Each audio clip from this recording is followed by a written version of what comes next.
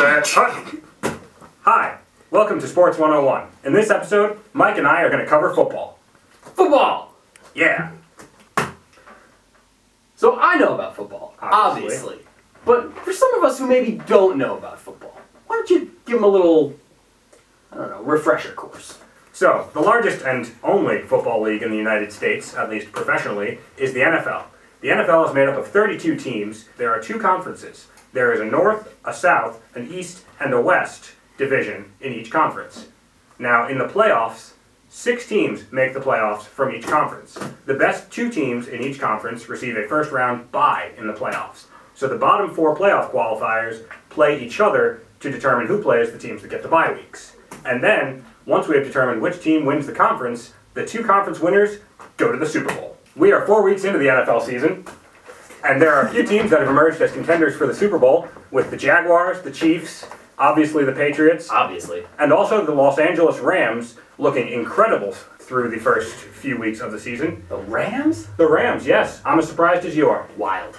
Now, there are also a few teams that have emerged as sleeper picks to potentially make a run in the playoffs, such as the Chicago Bears, the Baltimore Ravens, the San Diego Chargers. And when I say San Diego Chargers, I mean the Los Angeles Chargers. It's a damn shame. It really is. They had a good following in San Diego. There are also some teams that have underperformed, with the New York Giants and highly drafted running back Saquon Barkley performing quite poorly on offense, much to my own dismay, as a big Giants fan. He is. So, Tom.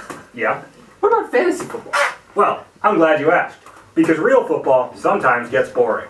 But luckily, that's where fantasy football comes in. And no, there are no dragons in fantasy football. Damn it. Now, fantasy football is I know, I'm disappointed about it as well.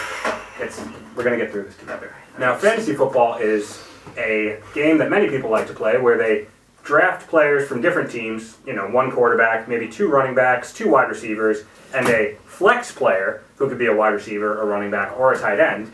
And then they compete against their friends to see which team's players score more points in a given week. This year, the biggest surprise in fantasy football has to be Patrick Mahomes, the Kansas City Chiefs' second-year quarterback who is making his first starts this season. He's already started 4 games, and through those 4 games, he has broken multiple records already. Multiple? More than one, wow. Indeed.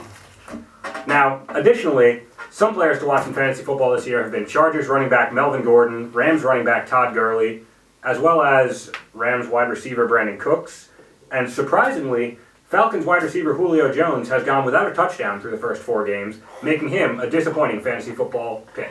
Very disappointing. Additionally, Giants wide receiver Odell Beckham has disappointed me in real and fantasy football by not having a touchdown yet. Thank you, this means a lot.